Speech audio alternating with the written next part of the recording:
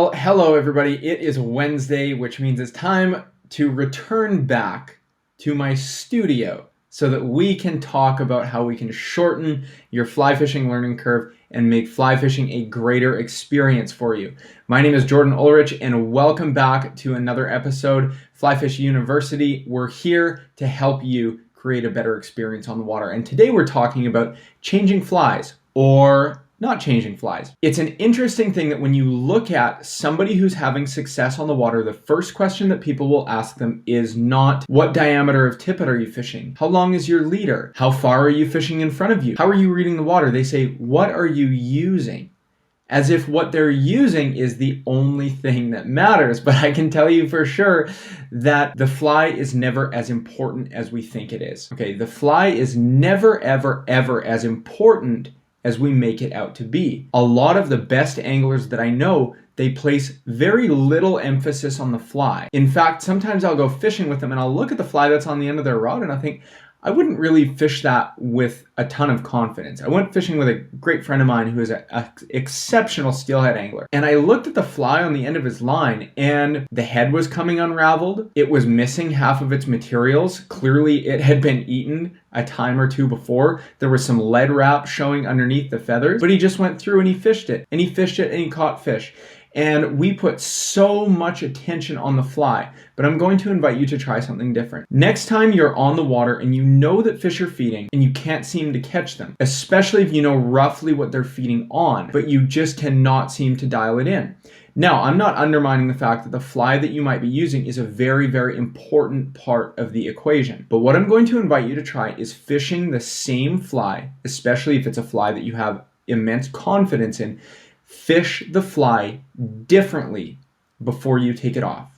Okay, fish the fly in a different manner before you take the fly off. I'm going to give you two examples as to instances when I've been on the water when it was not the fly, it was how the fly was being fished. A lot of times when I worked as a fishing guide for a long time, I would have my clients, my guests, my fishermen, I would have them fish the same fly 2 or 3 times before we actually changed flies. When I'm on the water by myself, in a lot of scenarios, I will fish the same fly. If I feel confident in it and I'm certain that it's going to work, I will actually fish the same fly 2, 3, or 4 times, maybe with 2 or 3 different fly lines even, before I'll actually change the pattern. It's really important to note that a lot of times it's the manner in which the fly is being fished that's exponentially more important than the pattern itself. Example number 1, I fished a beautiful, beautiful piece of water. This was winter steelhead season 2017. I fished a gorgeous piece of water and I went through it once thinking absolutely there had to be a fish sitting in there. I couldn't figure out how I could go through such a nice stretch. It had a nice clean riffle right at the top. It spilled in right in the gut of the run. There were just some nice stack of boulders. And then just a classic, perfect looking tail out. The whole run, top to bottom, was just a little bit above walking speed. Couldn't have been deeper than 6 feet in the middle. I thought, this is too good to be true. I went through with a fly that I knew would turn a fish. If there was a fish around, I knew for sure that the fly that I was fishing was, it was something that had worked for me in the past, and I had my utmost confidence in it. I went from the very top of the run to the very bottom of the run and did not touch a single fish. I thought there's got to be at least 3, 4, 5, 6 fish sitting in here. So instead of changing flies, okay, I felt as I was getting through the run that I might not be getting the fly down quickly enough. So the only thing I changed was that before I would swing the fly through the run, rather than swinging the fly through the run, taking a couple steps, casting again, and swinging the fly through, okay, what I started doing was I would cast a fly, quartering a little bit upstream, I would kick a little bit of a bend, and I would take my steps as the fly was falling, so it's presenting itself broadside to the fish, giving it an extra 2 to 5 seconds to fall in a completely unhindered manner, okay, as a weighted fly, giving it time to fall through the water column just a little bit further, sink a little bit deeper, and really dredge it through the run.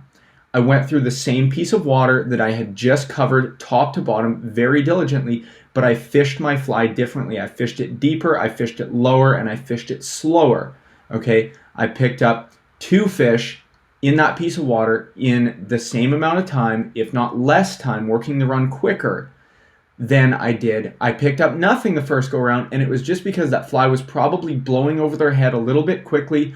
The fly might be fished a little bit high in the water column. Cold water fish did not want to move a great distance for it. It was a prime example of sometimes how not changing the fly, but changing the way that you're fishing the fly can give you the result that you want.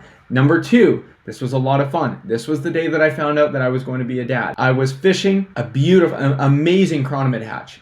Incredible. I had never seen so many bugs crawling up and down the sleeves on my shirt, up and down my rod blank.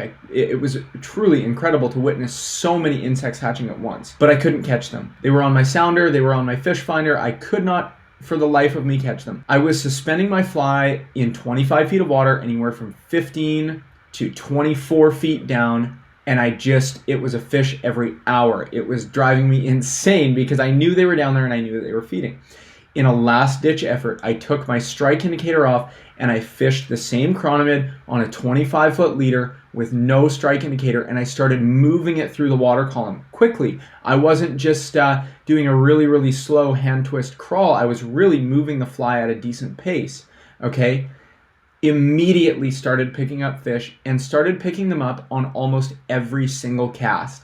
It was one of the most sensational, and I don't use that word lightly, it was one of the most sensational afternoons of fly fishing I've ever had, especially on still water, okay? And it's really important to note that I did not change the fly. I changed the fly 50 times already that day. It wasn't the fly. The fly didn't matter, okay? It was the way that the fly was being fished. So next time you're on the water, whether fish are feeding or fish are not feeding, whether you know that they're there or you know they're not, but especially if you know they're active, especially if you know that they're right in front of you, change the way that you're fishing the fly, okay, rather than changing the fly. This might be fishing the same fly with 3 different sink tips, or this, of course, not all at the same time. This might be fishing the same fly on 2 or 3 different fly lines. This might be fishing the same fly suspended at a variety of depths. This might be fishing the same fly quickly or really slowly through the water column. Okay, it might be fishing the same fly a few different ways before you really lock in. This is exactly what they're looking for. Oftentimes, it's the presentation that makes the difference. So, I know, you're going to try this next time you get on the water, and you're going to send me an email, and you're going to say, thank you so much. This was a game changer for me. I want to invite you, before I leave you today, to join us for the Fly Fishing Accelerator Workshop. This is a 3-night live event. It's a virtual fly fishing workshop, and it's completely free. You pay absolutely nothing for it. The sole purpose is to help you make 2021 the absolute best season that you've ever had on the water, even if, and especially if it's your first. It's a lot easier to build out those good habits right off the bat. So whether you're brand new to fly fishing, you're a seasoned vet that just wants to maybe sharpen up a little bit, or you've got some fly fishing equipment sitting in your garage, you have no idea what to do with it, this is going to be perfect for you. I'm so excited. You can go to flyfishuniversity.com/accelerator. I will leave a link down below for you. Since this is a live event, there is a limited amount of seats, but it costs you absolutely nothing. Zero, zilch, zip, nada. Not a single thing. So I'm looking forward to this. Again, that's flyfishuniversity.com/accelerator. I will see you there, and I will see you on Friday's episode of Q&A Friday.